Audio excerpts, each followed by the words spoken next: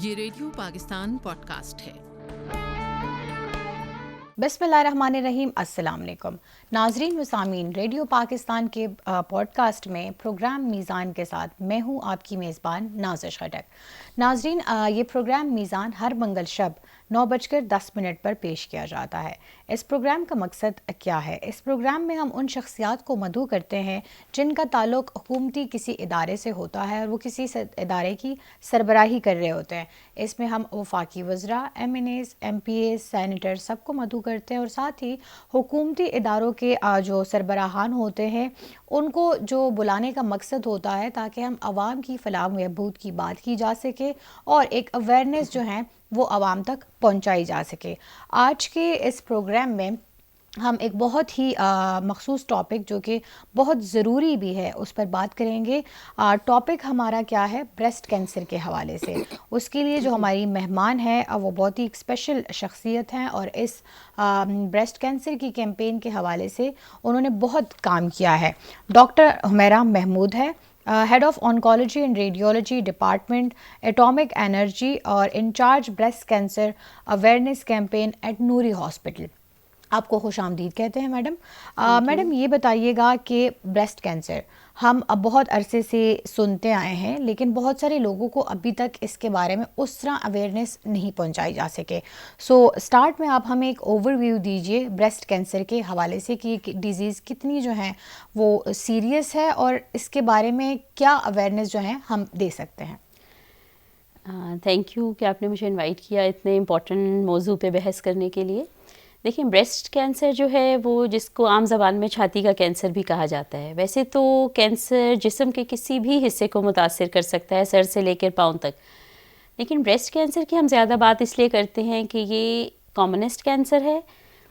अगर हम दोनों जेंडर्स में देखें तो ये मोर देन 25% है और अगर हम सिर्फ ख़वातीन के कैंसर्स की बात करें तो ये 40% से ज़्यादा है, जिसका मतलब है कि अगर हमारे पास 10 कैंसर की ख़वातीन आती हैं तो हर 10 में से 4 जो हैं they are suffering from breast cancer.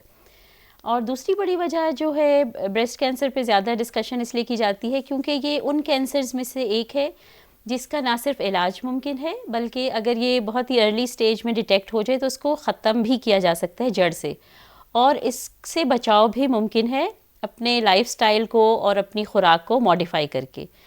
और तीसरी बड़ी वजह यह है कि इससे मुतासिर होने वाली हमारी ख़वातीन हैं जो कि माँ, बहन, बेटी, बीवी हर हैसियत से किसी भी फैमिली में एक सेंट्रल रोल प्ले करती हैं। और जहाँ तक ब्रेस्ट कैंसर से सफ़र करने वाली ख़वातीन का ताल्लुक़ है, जैसे कि मैंने पहले बताया कि इसका इंसिडेंस बहुत ज़्यादा है। ये कॉमनेस्ट कैंसर है ना सिर्फ पाकिस्तान में बल्कि पूरी दुनिया में। और अगर हम सिर्फ नूरी हॉस्पिटल के भी आदाद व शुमार की बात करें तो हर साल ये जो तादाद है ब्रेस्ट कैंसर की पेशेंट्स की बढ़ती चली जा रही है। फॉर इंस्टेंस अर्ली 2000s में जो न्यूली डायग्नोस्ड पेशेंट्स आती थी वो 300 से 400 तक होती थी, लेकिन लास्ट ईयर 23 में 1500 हमने ऐसी ख़वातीन देखी जो कि न्यूली डायग्नोज हुई ब्रेस्ट कैंसर से और हमारे पास वो इलाज के लिए तशरीफ़ लाई। इसी तरह जो फॉलोअप के पेशेंट्स आते हैं उनमें से भी अबाउट 50 to 60% वो हैं जो कि ब्रेस्ट कैंसर की होती हैं। ठीक मैम, ये बताइएगा कि आप जो हैं ब्रेस्ट कैंसर के हवाले से कब से काम कर रही हैं? आप एक तो ये कि आपने डॉक्टरी का शोबा जब ज्वाइन किया तो आपकी फ़र्स्ट एज मेडिकल ऑफिसर तैनाती हुई थी, यानी आपने स्टार्ट से ही ब्रेस्ट कैंसर के हवाले से कोई डिग्री पढ़ी थी? देखिए, पहले आफ्टर ग्रेजुएशन ऑब्वियसली हमें किसी फील्ड में स्पेशलाइज़ करना होता है। नूरी हॉस्पिटल पहले मैंने ज्वाइन किया एज मेडिकल ऑफिसर, लेकिन ऑन्कोलॉजी डिपार्टमेंट में। ठीक। तो शुरू से ही मेरा ताल्लुक़ जो है वो इस तरह के मरीज़ों से रहा है क्योंकि वो ऑन्कोलॉजी डिपार्टमेंट है और ऑन्कोलॉजी डिपार्टमेंट में हर तरह के मरीज़ों का कैंसर से सफ़र करने वाले मरीज़ों का इलाज किया जाता है। और ऑल्दो मैंने 94 में ज्वाइन किया, लेकिन नूरी हॉस्पिटल में सिंस इट्स बिगिनिंग इसमें ब्रेस्ट कैंसर की अवेयरनेस और इसकी स्क्रीनिंग, जल्द तशखीस, टाइमली इलाज, इन सब चीज़ों पे शुरू से ही काम हो रहा था। आपने स्टार्ट ही नूरी हॉस्पिटल से जी, किया? मैंने नूरी हॉस्पिटल के ऑन्कोलॉजी डिपार्टमेंट से किया था। और जहाँ तक ब्रेस्ट कैंसर अवेयरनेस कैंपेन का ताल्लुक है, वैसे तो जैसे कि मैंने बताया कि शुरू से ही हम इसमें इन्वॉल्व हैं, लेकिन हमारी ये कैंपेन बहुत ज़्यादा स्ट्रॉन्ग हुई है। ऑलमोस्ट 15 साल से ज़्यादा का अरसा हो गया है जब से हम इसमें अब हम रेगुलरली प्रोग्राम्स करते हैं अक्टूबर का पूरा महीना जो है वो ब्रेस्ट कैंसर अवेयरनेस के लिए डेडिकेटेड है। ठीक ना हाँ, बिल्कुल बिल्कुल। हमारा जो पाकिस्तान एटॉमिक एनर्जी कमीशन के अंडर 19 कैंसर हॉस्पिटल्स हैं, जिनमें से नूरी हॉस्पिटल एक है। ठीक, तो वो डिफरेंट सिटीज़ में है 19 जी जी बिल्कुल, डिफरेंट सिटीज़ में हैं। और ना सिर्फ नूरी हॉस्पिटल में बल्कि तमाम जो कैंसर हॉस्पिटल्स हैं under Pakistan atomic energy commission, वो कैंसर के इलाज और तशख़ीस की सर्विसेज के साथ साथ ये कैंसर अवेयरनेस कैंपेन में भी बहुत अहम किरदार अदा कर रहे हैं। ठीक, तो ये बताइएगा, आपने 1994 से ज्वाइन किया, उस वक्त भी आप कह रही हैं कि नूरी हॉस्पिटल में इसकी अवेयरनेस के हवाले से प्रॉपर एक गाइडेंस ऑलरेडी करते थे वो, उस वक्त से लेकर अब तक कितना प्रोग्रेस पाया है? और ये भी बताइएगा कि उस वक्त के मरीज़ों में ज़्यादा ब्रेस्ट कैंसर पाया जाता था या अब इसका जो है वो रेशियो हमें ज़्यादा बढ़ती हुई नज़र आई है? आपने बहुत अच्छा सवाल किया। देखिए, उस वक्त भी तमाम कैंसर्स में से ऑब्वियसली ब्रेस्ट कैंसर के मरीज़ों की तादाद ज़्यादा होती थी, लेकिन उस वक्त अवेयरनेस इतनी ज़्यादा नहीं थी। उस वक्त तो आपको पता होगा कि मीडिया पे हम ब्रेस्ट का नाम नहीं ले सकते थे, इसलिए लोगों को बिल्कुल आगाही नहीं थी। ज़्यादातर पेशेंट्स की घरों में ही डेथ्स हो जाती थी, वो उसको नासूर समझते थे। और अगर जो हॉस्पिटल आते भी थे तो मेजॉरिटी मोर देन 60% पेशेंट्स जो हैं वो स्टेज 3 और 4 में होते थे।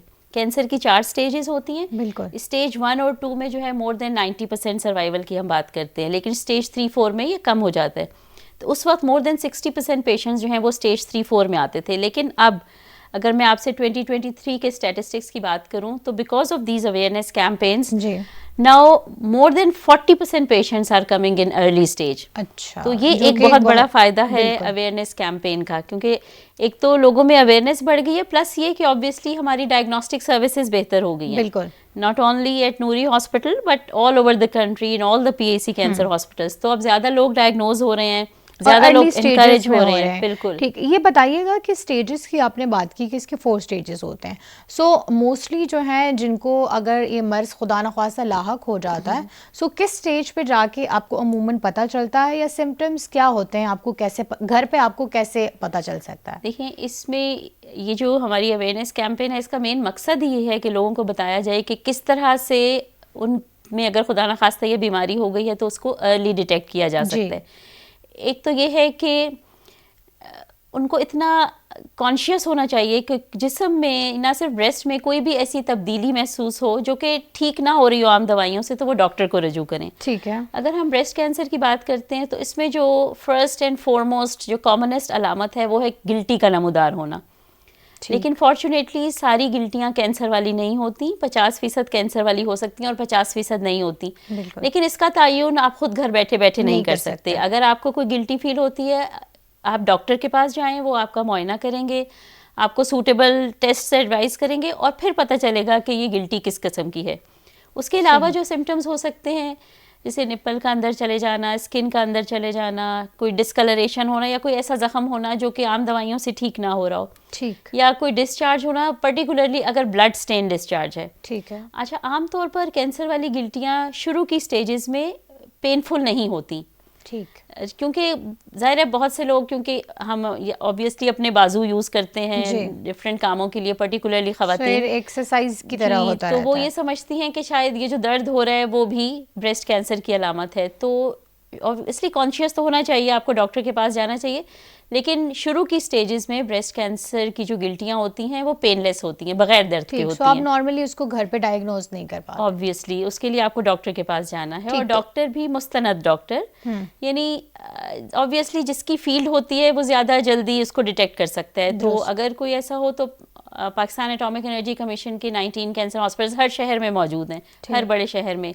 जैसे इस्लामाबाद में नूरी है, इसी तरह लाहौर में 2 हॉस्पिटल्स हैं, सिनम और इनमोल के नाम से, सिंध में 5 हैं, कराची में 2 हैं, लाड़काना में, नवाबशाह, जामशोरो, KPK में हैं, ना सिर्फ पेशावर में बल्कि बन्नू में, डेरा इस्माइल खान में, सवात में इवन, और बलोचिस्तान में एक है, क्वेटा में सीनार के नाम से, गिलगित बल्तिस्तान में जो है हमारा लेटेस्ट एडिशन है गिनौर के नाम से, और इसके अलावा मुजफ्फराबाद में कीनौर के नाम से वो अंडर कंस्ट्रक्शन है। Okay, that's excellent. तो ये इन सब में यानी किसी को भी कोई ऐसा सिम्टम हो तो वो अपने करीबी इनमें से जो भी हॉस्पिटल हो उसमें रजू कर सकते हैं। ठीक, अगर हम बात करते हैं कि अगर इसको आप अर्ली स्टेजेस पे घर में डायग्नोस नहीं कर सकते तो एक खातून को अमूमन कितने टाइम ड्यूरेशन के बाद अपना मुआयना कराना बहुत ज़रूरी है ताकि जो है डायग्नोस प्रॉपर हो जाए और बगैर इसके कि मतलब ज़्यादा उसमें स्टेजेस में जाए, वो अर्ली स्टेज पे डायग्नोस हो जाए? बिल्कुल, एक तो इसमें यह है कि कोई अलामात अपेयर हों, और इवन अलामात अपेयर होने से पहले भी कैंसर को जल्दी डिटेक्ट किया जा सकता है। और उसके लिए जो हम टेस्ट एडवाइस करते हैं उनको कलेक्टिवली स्क्रीनिंग या सेकेंडरी प्रिवेंशन कहा जाता है। ठीक है। और स्क्रीनिंग में जो चीज़ें इंक्लूडेड हैं, एक तो ये है कि खुद मुआयना करना ब्रेस्ट का, और जिसको ब्रेस्ट सेल्फ एग्जामिनेशन कहा जाता है। और ये जो मुआयना है, हम कहते हैं कि 20 साल की उम्र के बाद हर महीने मेंस्ट्रुअल साइकिल्स के साथ तकरीबन 9th to 14th day of menstrual cycle ये कर लेना चाहिए। ठीक। उसके लिए जो टेक्निक है, इसके लिए आपको डॉक्टर के पास नहीं जाना, आपको किसी इंस्ट्रूमेंट की ज़रूरत नहीं है।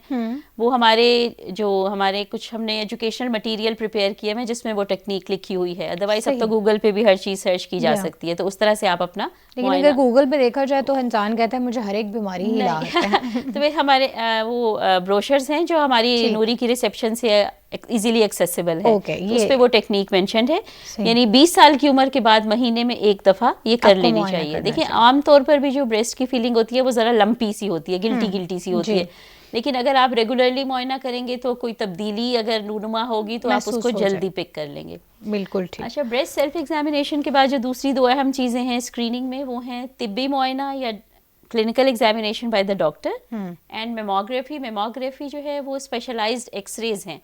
ठीक। ब्रेस्ट को आपको जब डायग्नोज डॉक्टर कर ले उसके बाद की स्टेप्स हैं? नहीं, ये स्क्रीनिंग में आते हैं। ठीक। देखिए, ये तिब्बी मुआयना और यानी डॉक्टरी मुआयना और मेमोग्राफी, ये हम रिकमेंड करते हैं कि 40 साल की उम्र के बाद साल में एक मरतबा 60 साल की उम्र तक इसको करवा लेना चाहिए। ठीक। इसमें ये होता है, मेमोग्राफी स्पेशलाइज्ड एक्सरेज होते हैं जो ब्रेस्ट के लिए किए जाते हैं, और इसमें इवन आप समझें कि 1 सेंटीमीटर से कम की गिल्टियाँ भी डिटेक्ट की जा सकती हैं। अच्छा। देखिए, जब ये गिल्टी अपेयर होती है ना, तो आप उससे तकरीबन 3 साल पहले तक जो उसकी अंदर की स्टेज है, इससे पहले कि वो उभरे बाहर, सही, उस स्टेज पर भी उसको डिटेक्ट किया जा सकता है मेमोग्राफी के जरिए। और लोग ये समझते हैं कि शायद इससे बहुत ज़्यादा एक्सरे एक्सपोजर होता है, तो मेमोग्राम्स के लिए बहुत ही लो एनर्जी एक्सरेज यूज़ किए जाते हैं। ठीक है। और 1 साल में अगर दोनों साइड्स का मेमोग्राम कराया जाए तो उससे जो रेडिएशन एक्सपोजर होता है, it is less than the radiation exposure from ultraviolet rays ठीक इन अ ईयर। बिल्कुल। So these are so safe. Obviously pregnancy में हम रिकमेंड नहीं करते हैं। सही। किस उम्र के जो है हिस्से में ज़्यादातर ख़वातीन को ये जो है ब्रेस्ट कैंसर डायग्नोस होता है, तो एटलीस्ट हम क्या कह सकते हैं कि किस उम्र की ख़वातीन को अपना चेकअप मुतवातर करते रहना चाहिए, क्योंकि उनमें ही रेशियो ज़्यादा पाया जाता है? देखिए, इंटरनेशनली जो स्पेशली डेवलप्ड वर्ल्ड में जो कॉमनेस्ट एज है जिस पे ये डायग्नोज होता है, दैट इज़ अबव 50 ईयर्स। ठीक। लेकिन पाकिस्तान में अनफॉर्चुनेटली बिल्कुल अर्ली एज पे हो रहा है। हमारे पास जो कॉमनेस्ट एज ग्रुप है जो कि ब्रेस्ट कैंसर का शिकार होता है, वो 40 और 50 साल के बीच की ख़वातीन हैं, और इसीलिए हम रिकमेंड करते हैं कि 40 साल के बाद क्लिनिकल ब्रेस्ट एग्जामिनेशन या डॉक्टरी मुआयना या तिब्बी मुआयना और मेमोग्राफी शुरू करवा देनी चाहिए साल में एक मरतबा, और ये मुतवातिर करानी चाहिए till the age of 60 years. और अगर कोई ऐसी चेंज या एबनॉर्मेलिटी ऑब्वियसली डॉक्टर को नज़र आएगी तो वो आपको फिर मज़ीद टेस्ट एडवाइस करेंगे। नाज़रीन, साथ ही आपको ये भी बताते चलें कि आप हमें सुन रहे हैं या देख रहे हैं और आपके कोई सवाल हैं जो आप ब्रेस्ट कैंसर के रिलेटेड हमसे करना चाहते हैं, तो आप हमें कॉल कर सकते हैं 920903 पर। आप अपना सवाल बता सकते हैं और हम डॉक्टर साहिबा से उसका जवाब ले सकते हैं, या फिर आप हमें फेसबुक के थ्रू भी मैसेज के ज़रिए अपना सवाल जो है वो बता सकते हैं। रेडियो पाकिस्तान इस्लामाबाद से आप हमें फेसबुक के थ्रू कांटेक्ट करके अपना सवाल पूछ सकते हैं। मैडम, हम बात कर रहे थे कि जो इंटरनेशनली एक एज गैप है, रेशियो है, वहाँ पर किस तरह पाया जाता है। पाकिस्तान में हमें मोस्टली जो है वो 40 से 50 के बीच में पता चलता है। अब मुझे ये बताएं कि इस उम्र के बाद अगर लेट्स सपोज किसी का कैंसर जो है वो 3rd स्टेज तक पहुंच चुका है, तो उसमें कितने % चांसेस है कि इलाज हो सकता है, या अगर उसी एज के रेशियो में जो है अर्ली स्टेज में वो हमें डायग्नोज हो तो फिर कितने % चांसेस हो सकते हैं? ऑब्वियसली देखिए, जितना छोटा ट्यूमर होगा उतना ही चांस होगा उसके क्योर होने का या ख़त्म होने का। बिल्कुल। प्लस ये कि अर्ली स्टेज में ड्यूरेशन ऑफ ट्रीटमेंट भी कम होता है और जो उस पर आने वाले अखराजात हैं वो भी कम होते हैं, एंड वाइस वर्सा। स्टेज 1 में मोर देन 90% 5 ईयर सर्वाइवल है। स्टेज 2 में 80 to 85% है। ये हम 5 ईयर सर्वाइवल की आमतौर पर बात करते हैं कैंसर में, ऑल्दो हमारे पास पेशेंट्स जो हैं हम उनको भी फॉलो करें जो 25-30 साल पहले नूरी में ट्रीट हुई थी। ठीक, तो ये भी तो उनसे भी हाँ, फॉलो अप लेकिन जनरली हम 5 ईयर सर्वाइवल की बात करते बिल्कुल। हैं। फिर स्टेज 3 पे ये रिड्यूस हो जाता है टू 60%, और स्टेज 4 में अबाउट 30 to 40% 5 ईयर सर्वाइवल। ठीक। लेकिन सारी स्टेजेस काबिले इलाज हैं। लेकिन इसमें मैं ये पूछना बेसिकली चाह रही हूँ कि उसमें एज का जो रेशियो है कि लेट्स सपोज अगर 40 से अबव वाले को कैंसर है और वो 3rd स्टेज पे है, तो उसकी रिकवरी के कितने % चांस हो गए रादर देन कि अगर अर्ली स्टेजेस में उसी 40 वाले को डायग्नोज हो जाता है तो उसके कितने चांसेस होंगे? अच्छा देखिए, जितनी एज कम होती है, अगर हम स्पेसिफिकली ब्रेस्ट कैंसर की बात करें, उतना कैंसर तेजी से बढ़ता है। अच्छा, क्योंकि अंदर हार्मोनल मैनिपुलेशन ज़्यादा होती है। हमारे यंगर एज में हार्मोन्स एक्टिव होते हैं, पर्टिकुलरली ईस्ट्रोजन, इसीलिए प्रेगनेंसी में भी ये ज़्यादा तेज़ी से बढ़ता है। ठीक। लेकिन ओल्ड एज में इसकी ग्रोथ स्लो होती है, इसीलिए 60 ईयर्स की एज के बाद हम ये नहीं रिकमेंड करते कि आप हर साल डॉक्टर से मुआयना कराएं या हर साल मेमोग्राफी कराएं। फिर उसकी फ्रीक्वेंसी हम up to 70 years every 2 years कर देते हैं। ठीक है। और 70 ईयर्स के बाद तो फिर ये डिपेंड करते हैं कि आप में कितना रिस्क है।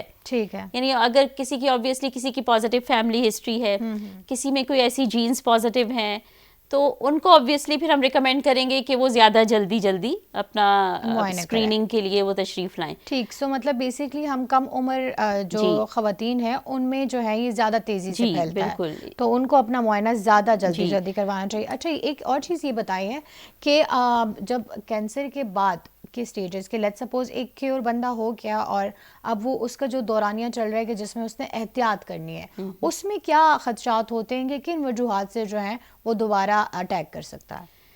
देखिए, कैंसर को आमतौर पर जड़ों वाली बीमारी कहा जाता है। इसमें टेंडेंसी होती है वापस आने की, इसीलिए हम पेशेंट्स को कहते हैं कि इलाज ख़त्म होने के बाद भी उन्होंने रेगुलरली फॉलोअप पे आना है। बिल्कुल। और इसमें एक तो ये कि हम रेगुलर इंटरवल्स पे पेशेंट्स को बुलाते हैं। वो डिपेंड करता है कि उनकी इनिशियली कौन सी स्टेज पे डिजीज़ थी और किस तरह से उन्होंने ट्रीटमेंट को रिस्पॉन्ड किया है, ट्रीटमेंट का उनको किस तरह फ़ायदा हुआ है, तो उस तरह से हम फ्रीक्वेंसी डिफाइन करते हैं। ठीक। जनरली स्पीकिंग हम पेशेंट्स को कहते हैं कि फॉर द फर्स्ट ईयर वो हर 3 महीने बाद आएँ, सेकेंड ईयर में हर 6 महीने बाद आएँ, और फिर 2 साल के बाद हम और फ्रीक्वेंसी जो है वो कम कर देते हैं, यानी 1 साल बाद फिर 2 साल, इस तरह से। सही। और एक तो ये फिर इसमें भी उनको उतना ही मोहतात होने की ज़रूरत है कि अगर कोई दोबारा से कोई दाना या गिल्टी फील होती है, या क्योंकि कैंसर ना सिर्फ ये कि उसी जगह पे दोबारा अपेयर हो सकता है बल्कि वो जिस्म के किसी दूसरे हिस्से में भी फैल सकता है। ब्रेस्ट कैंसर सबसे ज़्यादा हड्डियों में फैलता है, उसके अलावा वो लंग्स में जा सकता है, जिगर में जा सकता है, दिमाग में जा सकता है, कहीं पे भी जा सकता है। तो कोई भी ऐसी अलामात हो जो उससे रिलेटेड हो, जो ठीक ना हो रही हो आम दवाइयों से, तो आपको फ़ौरन रजू करना चाहिए। ठीक। अच्छा, ये बताइए कि कैंसर्स की बहुत सारी किस्में हैं कि कहीं ट्यूमर की सूरत में होता है, ब्लैडर में भी हो सकता है कहीं, तो कौन सा वाला जो कैंसर होता है बेसिकली वो ये है कि एक तो उसका रेशियो बहुत ज़्यादा हो रहा है, या फिर ये है कि उसके दोबारा के री अटैक के चांसेस उस कैंसर के ज़्यादा होते हैं? जैसे कि मैंने शुरू में बताया, वैसे तो कैंसर जिस्म के किसी भी हिस्से को मुतासिर कर सकता है, लेकिन ब्रेस्ट कैंसर कॉमनेस्ट है। बिल्कुल। उसके अलावा जो अगर ख़वातीन के कैंसर्स की बात करें तो दूसरे नंबर पर गायनेकोलॉजिकल कैंसर्स आते हैं। उसके बाद अगर हम दोनों जेंडर्स की बात करें तो मेल पेशेंट्स में जो हम ज़्यादा देखते हैं वो प्रोस्टेट कैंसर है, आंतों का कैंसर है, कैंसर का ज़्यादा आजकल हो रहा है। लेकिन इस तरह के इलाके जैसे कराची में वो गुटखा, पान, छालिया, ये चीज़ें बहुत इस्तेमाल की जाती हैं, तो वहाँ ओरल कैविटी का कैंसर कॉमनेस्ट है, यानी मुंह का कैंसर। ठीक। इसके अलावा लंग का कैंसर हो सकता है स्मोकर्स में, जो लोग स्मोकिंग करते हैं। हमारे पास जो लंग कैंसर से मुतासरा पेशेंट्स आते हैं उनमें से 90% से ज़्यादा वो होते हैं जो सिगरेट स्मोकर रह चुके होते हैं। ठीक, सही। अच्छा, मुझे ये बताएं, हम ब्रेस्ट कैंसर की बात कर रहे हैं, तो आपने बताया कि प्रेगनेंसी में ये ज़्यादा जो है ज़्यादा जल्दी फैलता है। सो ये बताएं कि लेट्स सपोज एक प्रेग्नेंट वुमेन को ब्रेस्ट कैंसर हो गया, आया उसकी प्रेगनेंसी से आने वाले बच्चे पे उसका कोई असरात होते हैं या नहीं? सिर्फ ये इनकी सेहत को ही मुतासर करता है और बच्चे की सेहत पे असर नहीं होता? ये बहुत रेलेवेंट क्वेश्चन है। देखिए, प्रेगनेंसी में अगर कोई खातून मुतासिर होती हैं ब्रेस्ट कैंसर से, कैंसर के सेल जो है वो बच्चे में नहीं जा सकते, लेकिन हमें जब हम उनका इलाज करेंगे उस खातून का, तो उसमें हमें केयरफुल होने की ज़रूरत है कि हम ऐसी दवाइयाँ दें जो बच्चे तक ना पहुंच सकें, जो हम कहते हैं कि जो प्लेसेंटा को ना क्रॉस कर सके, इस तरह की। प्रेगनेंसी में भी कीमोथेरेपी से इलाज हो सकता है, ऑपरेशन भी हो सकता है प्रेगनेंसी में, लेकिन रेडिएशन वाला इलाज हम प्रेगनेंसी में नहीं करते, रिकमेंड करते। तो लेकिन फर्स्ट 3 मंथ्स ऑफ प्रेगनेंसी में हम कीमोथेरेपी या टीकों से इलाज नहीं करते, लेकिन 4th मंथ ऑफ प्रेगनेंसी से हम कीमोथेरेपी स्टार्ट कर सकते हैं। ठीक है, ठीक है। इसी तरह अगर बच्चे के पैदा होने के बाद ब्रेस्ट फीडिंग नहीं करवानी चाहिए अगर उस खातून का इलाज जारी है, कीमोथेरेपी हो रही है या हार्मोनल ट्रीटमेंट इसमें देना होता है, तो वो खवातीन फिर ब्रेस्ट फीडिंग भी नहीं करा सकती। ठीक है। अच्छा, ये बताइए कि जो खवातीन आजकल स्मोकिंग की तरफ जा रही हैं, ज़्यादा रुझान खवातीन में पाया गया है, सो उससे जो है क्या बेनिफिट्स या डिसएडवांटेजेस खवातीन में हो सकते हैं ब्रेस्ट कैंसर को लेकर? हाँ, देखिए, एक तो मैंने लंग कैंसर की बात की। ये जो स्मोकिंग है ना, सिगरेट स्मोकिंग, और उसके अंदर जो चीज़ें हैं निकोटीन एट्सेट्रा, वो भी ऑलमोस्ट पूरी बॉडी को अफेक्ट करते हैं। जी, ठीक है। और सिर्फ कैंसर ही नहीं, गले और सांस की बीमारियाँ और कहीं का भी कैंसर जो है वो सिगरेट स्मोक से हो सकता है। ना सिर्फ लंग्स का, मुंह के कैंसर, गले के कैंसर, इवन बच्चेदानी का कैंसर, मसाने का कैंसर, जिल्द के कैंसर, ये सब जो है सिगरेट स्मोक। इसी तरह इवन ब्रेस्ट कैंसर जो है वो सिगरेट स्मोकिंग और अल्कोहलिज्म से हो सकता है। ठीक। हम ऑल्दो अल्हम्दुलिल्लाह स्टिल पाकिस्तान में जो खवातीन का तनासुब है सिगरेट स्मोकिंग का, वो स्टिल कम है as compared to western world. Western world में तो हम देखते हैं वहाँ पे लंग कैंसर खवातीन में भी बहुत कॉमन है, क्योंकि वो भी उतनी ही सिगरेट स्मोकिंग करती हैं। पाकिस्तान में लंग कैंसर और ये गले का या लेरिंग्स का कैंसर खवातीन में कम है एज कम्पेयर टू मेल्स, और वो इसी वजह से कि वो स्मोकिंग कम करती हैं। बिल्कुल। लेकिन हमने एक स्टडी की थी अपनी ब्रेस्ट कैंसर की खवातीन में, और हमने ये देखा कि यानी जो खवातीन ब्रेस्ट कैंसर के साथ डायग्नोज हुई थी, उनमें सिगरेट स्मोकिंग का ट्रेंड ज़्यादा था as compared to normal women. ठीक। तो हमारी women they do smoke, though still अल्हम्दुलिल्लाह to a lesser extent as compared to developed world. लेकिन जितनी हम लोग एडवांसमेंट की तरह जा रहे हैं, उस तरह हम इन चीज़ों की तरफ भी जा रहे हैं। बिल्कुल। अच्छा, ये बताइए कि जीन्स से कितना इफेक्ट होता है? लेट्स सपोज किसी की जेनेटिकल ये कैंसर की बीमारी है, सो उसके जो है आगे जो आने वाली जनरेशन्स होंगी, उसमें जीन्स की वजह से कैंसर कितना फैलने का खतरा? ये बहुत इंपॉर्टेंट एस्पेक्ट है। देखिए, अगेन वेस्टर्न कंट्रीज़ में इट्स लेस देन 10% जो हेरिडिटरी ब्रेस्ट कैंसर होता है ना, यानी जो फैमिली में रन करता है जी। लेकिन पाकिस्तान में हम ये भी ज़्यादा देखते हैं फैमिलीज़ में पॉजिटिविटी, वो because of inter family marriages. हमारे पास ऑलमोस्ट 20% से ज़्यादा इंसिडेंस है फेमिलियल ब्रेस्ट कैंसर का, और इसका ख़तरा उस वक्त ज़्यादा बढ़ता है जब फर्स्ट डिग्री रिलेटिव्स में ये हो, मसलन मदर में, बहन में या बेटी में, तो 9 टाइम्स ज़्यादा ख़तरा होता है उस फैमिली की खातून में as compared to a normal family with no history of breast cancer। और ना सिर्फ ब्रेस्ट कैंसर बल्कि किसी भी किस्म का कैंसर अगर फैमिली में रन हो तो ब्रेस्ट कैंसर का खतरा बढ़ सकता है। और it's should not always be the mother to be blamed. बिल्कुल। इवन फादर को या फादर की फैमिली में भी कोई कैंसर है तो उससे भी जीन्स ट्रांसफर हो सकती हैं। ठीक ठीक, ये भी चीज़ क्लियर होनी चाहिए। सही। सो अब हमने ये बातें कर ली कि ब्रेस्ट कैंसर कैसे होता है, सिम्टम्स क्या हो सकते हैं, ये किस स्टेज में रिकवर हो सकता है। अब हमें ये बताइए कि गवर्नमेंट ने बेसिकली अब तक कितने जितनी ये सिर्फ अवेयरनेस कैंपेन, सेमिनार्स या इस तरह की ट्रेनिंग्स वगैरह पे कितने इकदाम उठाए हैं और कितने जो है इन पाइपलाइन है? देखिए, अगर गवर्नमेंट लेवल की बात की जाए तो वैसे तो हमारे कोई नेशनल स्क्रीनिंग प्रोग्राम नहीं है। ठीक। जैसे अगेन बाहर मुल्कों में जो डेवलप्ड हैं, जिन्होंने बहुत अच्छा डेवलप कर लिया है, उसमें ये होता है कि जो इस तरह की ख़वातीन होती हैं हाई रिस्क, उनको एक फ़ोन कॉल जाती है और उनको इवन गाड़ी पिक करने के लिए जाती है और वो हॉस्पिटल जाके अपने टेस्ट करा लेते हैं। लेकिन हम यहाँ पर डिफरेंट हॉस्पिटल्स के लेवल पे जो हम लोग स्क्रीनिंग सर्विसेज प्रोवाइड करते हैं वो वॉक इन पेशेंट्स के लिए है। ठीक है। यानी there is no national screening program. लेकिन नेशनल लेवल पे भी अब काफ़ी कोशिशें स्टार्ट हुई हुई हैं, जैसे नेशनल कैंसर रजिस्ट्री डिफरेंट रजिस्ट्रीज़ को कंपाइल करके बनाई गई है।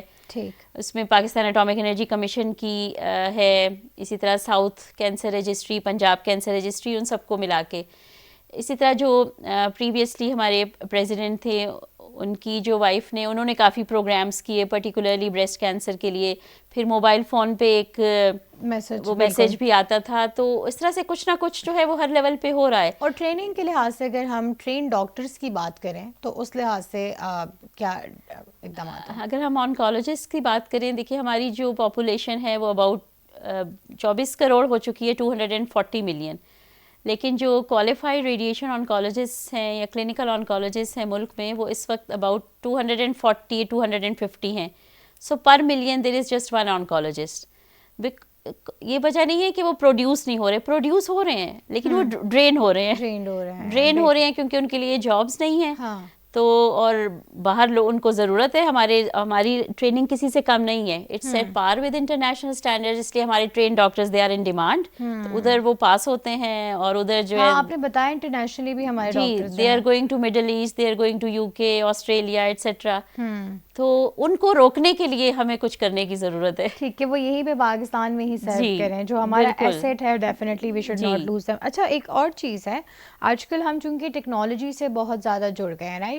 सो एक कैंसर पेशेंट जो है वो इस टेक्नोलॉजी की जो रेज होती हैं उससे कितना इफेक्ट हो सकता है या कितना उसको जो है केयरफुल होना चाहिए? देखिए, excess of everything is bad. एक तो यूजुअली जो हार्मफुल रेडिएशन होती है ना, वो आयनाइजिंग रेडिएशन होती है। इसके अलावा स्किन कैंसर जो है वो अल्ट्रा वायलेट रेज जो कि रेडिएशन एक्सपोजर उससे हो सकता है। ये जो एक्सेसिव यूज़ ऑफ मोबाइल है उस पर कुछ स्टडीज़ हो रही हैं कि क्योंकि हम यहाँ कान तो उससे ब्रेन का ट्यूमर हो सकता है, लेकिन ये अभी ये चीज़ कंफर्म नहीं है। अभी इस पर स्टडीज़ हो रही हैं। इस तरह कहा जाता है कि माइक्रोवेव से भी परहैप्स कैंसर हो सकते हैं, तो ये चीज़ें अभी कंफर्म नहीं है। ठीक, लेकिन ये डेफिनेटली कि हम कोशिश यही करनी चाहिए इंसान को कि ये होना। ठीक। अच्छा, एक और चीज़ है कि ब्रेस्ट कैंसर का जो है आजकल ख़वातीन में इसका रुझान अब बढ़ रहा है। पहले ख़वातीन जो है इसके बारे में खुलकर बात भी नहीं कर सकती थी। तो आप जब कैंपेन आपने स्टार्ट की थी उस वक्त से लेकर अब तक आपको क्या ख़वातीन में जो कॉन्फिडेंस लेवल है वो कितना नज़र आया? स्पेशली आप नूरी हॉस्पिटल में होती हैं, वहाँ पे मोस्टली जो है उन इलाकों से लोग आते हैं जो मेल डॉक्टर्स के पास जाना ही नहीं चाहते हैं और वो प्रेफर करते हैं कि खातून डॉक्टर हो तो हम उनके पास जाएँ। तो कितनी लोगों में इस अवेयरनेस की वजह से ना वो एक कॉन्फिडेंस लेवल आया है बात करने में? जैसे कि मैंने पहले बताया कि पहले हम अर्ली स्टेज बहुत कम देखते थे जी, हार्डली 20 to 25%, लेकिन now more than 40% are being diagnosed in early stages. तो ये obviously this is attributed to cancer awareness campaign. और जब वो बार बार सुनेंगी एक ही बात, उनको इतना ज़्यादा वो यानी मटेरियल भी होगा, उनको पता चलेगा क्या रिस्क फैक्टर्स हैं, किस तरह अर्ली डिटेक्शन हो सकती है, कहाँ कहाँ पे सर्विसेज अवेलेबल हैं। तो obviously they are encouraged, now they are encouraged. और प्लस ये कि ये चीज़ भी पता होनी चाहिए कि कहाँ कहाँ सर्विसेज मौजूद हैं, जैसे लोगों को इल्म नहीं है। इसलिए जैसे मैंने आपको by name Pakistan atomic energy commission का हर शहर के बारे में बताया। हॉस्पिटल के अलावा नहीं पता था कि हर शहर में तकरीबन जो है और 19 से तकरीबन 19 तक है। अभी तो ना शायद आपने मीडिया पे आपने देखा हो कि एक वो है hashtag cancer free with PIC, ये अभी बहुत ज़्यादा ये चीज़ जो है वो ट्रेंडिंग है और आपने देखा होगा जी।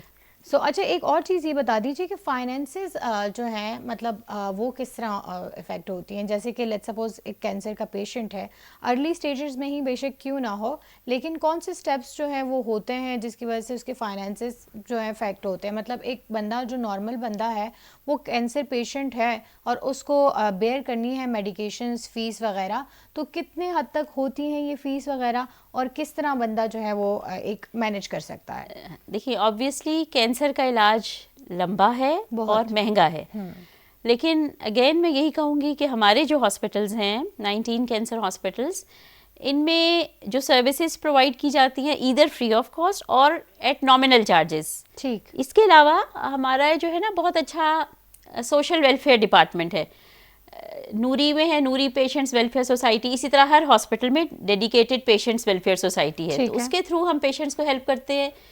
यानी हमारा स्लोगन है कि हमने पेशेंट को ट्रीट करना है irrespective of age of the patient, irrespective of stage of the disease, irrespective of his और her financial status, no matter he can afford it और नॉट। हमने कहीं ना कहीं से फंड्स अरेंज करके उसको ट्रीट करना है। सेहत कार्ड से भी हमारे पास ट्रीटमेंट होता है, बैतुल माल से भी होता है, और जिनको यहाँ से सपोर्ट ना मिल सके हम उनको अपने जेब से करते हैं, यानी कहीं ना कहीं से फंड्स अरेंज करके हम उनकी डायग्नोस्टिक ट्रीटमेंट सर्विसेज सब कुछ प्रोवाइड करते हैं। सिर्फ ये है कि दे नीड टू नो, तो क्योंकि एक पॉवर्टी एक बड़ा एलिमेंट है जिसकी वजह मैं से यही इसीलिए मैं करती हूँ कि मोस्टली लोग ये भी कहते हैं कि इतना ज़्यादा लंबा दौरानिया है, और फिर ये होता है कि अगर एज ज़्यादा होती है तो फिर वो यही कहते हैं कि मतलब इतने पैसे खर्च करके इसने और कितने साल ही जीना है। हमने ऐसे बहुत सुना है अपने गाँव के। आप बिल्कुल ठीक। अच्छा, अब ये बता दीजिए कि जो मैंने अब जैसे अब अपने गाँव की बात की, तो कौन से एरिया या कौन सा ऐसा जो है, कौन सी प्रोविंस की सिटीज़ या वो है इलाके हैं जहाँ पे इसका रेशियो सबसे ज़्यादा पाया गया है ब्रेस्ट कैंसर का? देखिए, ब्रेस्ट कैंसर का जहाँ तक ताल्लुक है तो ये हमारे पास पाकिस्तान एटॉमिक एनर्जी कमीशन में सारे हॉस्पिटल्स का डेटा मौजूद है जी। तो ये हर जगह this is the commonest cancer. ठीक। अगर मैं सिर्फ इस्लामाबाद की भी बात करूँ तो सारे जो फीमेल कैंसर्स हैं उसमें अबाउट 42 to 43% जो हैं they are with breast cancer. जी, यानी मैंने बताया ना कि हर 10 खवातीन जो कैंसर की डायग्नोसिस के साथ आ रही हैं उनमें से 4 से ज़्यादा जो हैं they are with breast cancer. It is so, and the same is the situation in Punjab, KPK, हर जगह यही कंडीशन है। एक चीज़ मैं यहाँ पे और एम्फेसाइज करना चाहूँगी कि आमतौर पर लोगों को ये भी नहीं पता कि आदमी भी ब्रेस्ट कैंसर से मुतासिर हो सकते हैं। अच्छा। दो ये परसेंटेज बहुत कम है, इट इज़ लेस देन 1%, लेकिन उनमें भी तो अगर उनमें भी कोई ऐसी अलामत हो जो कि मैंने बताई कि ब्रेस्ट कैंसर की अर्ली डायग्नोसिस में, तो उनको भी केयरफुल होके और डॉक्टर को अपना मुआयना कराना चाहिए। बिल्कुल ठीक हो गया। अच्छा, ये मर्द हजरात आप भी सुन लीजिए कि अभी सिर्फ खवातीन का प्रॉब्लम नहीं रहा। इससे पहले हमें लगा था कि ब्रेस्ट कैंसर सिर्फ खवातीन में पाया जाता है, लेकिन अगर अभी ये रेशियो 1% है, लेकिन केयरलेस होने की वजह से इसका रेशियो खुदा ना ख्वास्ता इसका भी ज़्यादा ना हो जाए। सो बी केयरफुल, और आप लोगों को भी अपना ख्याल रखना चाहिए, मुआयने करने चाहिए जैसे खवातीन करवाती है। मैडम, लास्ट पे आपसे जो है मैसेज देना चाहेंगे ब्रेस्ट कैंसर के अवेयरनेस के हवाले से, क्या पैगाम देना चाहेंगे? देखिए, एक तो मैं यही कहना चाहूँगी कि ना सिर्फ ब्रेस्ट कैंसर, कोई भी cancer it's not a sentence, it's a word. आमतौर पर समझा जाता है कि इट्स अ डेथ सेंटेंस, लेकिन दर हकीकत ये भी काबिल इलाज है बाकी बीमारियों की तरह, क्योंकि अल्लाह ताला ने कोई बीमारी ऐसी नहीं उतारी जिसका इलाज ना हो। ज़रूरत सिर्फ अम्र की है कि हमारी ख़वातीन आमतौर पर घरों में कामों में मसरूफ़ रहती हैं, उनकी प्रायोरिटी अपनी सेहत नहीं होती। वो चाहेंगी पहले बच्चों के काम कर लें, घर के बाकी काम कर लें, फिर कहीं जाके वो डॉक्टर को जाएंगी, जिसकी वजह से इनकी बीमारी की तशख़ीस और इलाज जो है वो डिले हो जाता है। तो ख़वातीन जो हैं specially they need to be health conscious, यानी अगर कोई जिस्म में ऐसी तब्दीली रूनुमा होती है जो कि आम दवाइयों से ठीक ना हो रही हो, तो आप फ़ौरन डॉक्टर से रुजू करें। जितना जल्दी डायग्नोसिस होगी उतना टाइम पे इलाज होगा और क्योर होने का चांस बेहतर होगा। बहुत शुक्रिया डॉक्टर हुमैरा महमूद, आपने वक्त निकाला, और आई होप कि आपकी बातों से हमारे सामीन और नाजरीन को इससे बहुत अवेयरनेस मिल गई होगी। एंड हम दोबारा बार बार ये बात करना चाह रहे हैं कि आपको मुआयना जो है वही बचा सकता है इस बीमारी से। जितना आप मुआयने में ताख़ीर करेंगे उतना ही ये इसका डायग्नोस नहीं हो पाएगा, और अगर ये स्टेजेस जो हैं वो आगे बढ़ के बहुत ख़तरनाक साबित हो सकती है। तो जितनी जल्दी आप अपना मुआयना कराएंगी आपकी सेहत के लिए उतनी ही बेहतर होगा। आपने प्रोग्राम मीज़ान सुना जो कि पेशकश है नाम सुमरो साहब की। वक्त ख़त्म हुआ जाता है। रेडियो पाकिस्तान पॉडकास्ट से मुझे दीजिए इजाज़त। अल्लाह हाफ़िज़।